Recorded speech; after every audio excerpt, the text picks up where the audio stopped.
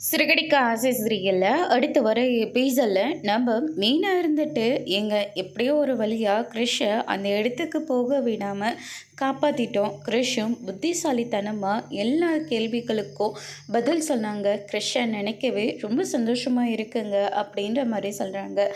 ஆமாம் மீனா, நான் பட்ட வழியை இன்னொருத்தன் படவே கூடாது.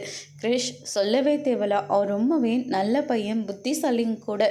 அவனை நம்ம இப்படி விட்டுக்கூடாது. அவங்க அம்மா தான் அக்கறை இல்லாமல் இப்படி அவனும் நடந்துக்கிறாங்களே தவிர நம்ம கிறிஷை கூட இருந்து பார்த்தவங்க. அதனால் நம்ம கிறிஷை நம்ம எக்காரணத்தை கொண்டும் யார்கிட்டையும் விட்டு கொடுக்கவே கூடாது அப்படின்னு சொல்லிட்டு முத்து சொல்லிட்டு இருக்காங்க.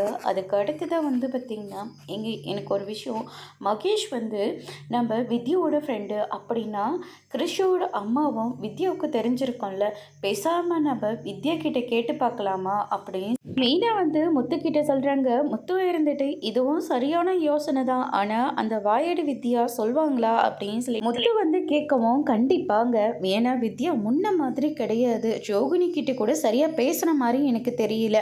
அதனால் நம்ம வித்யா கிட்ட கேட்டால் கண்டிப்பாக சொல்லுவாங்க அப்படின்னு சொல்லிட்டு நேராக வித்யாவோட வீட்டுக்கு போகிறாங்க. அங்கே வித்யா முத்துவையும் மீனாவையும் பார்த்தோன்னே ரொம்பவே சந்தோஷப்பட்டு உள்ளே கூப்பிடுறாங்க. உங்ககிட்ட ஒரு முக்கியமான ஒரு விஷயம் கேட்டுட்டு போகலான் தான் வந்தேன்.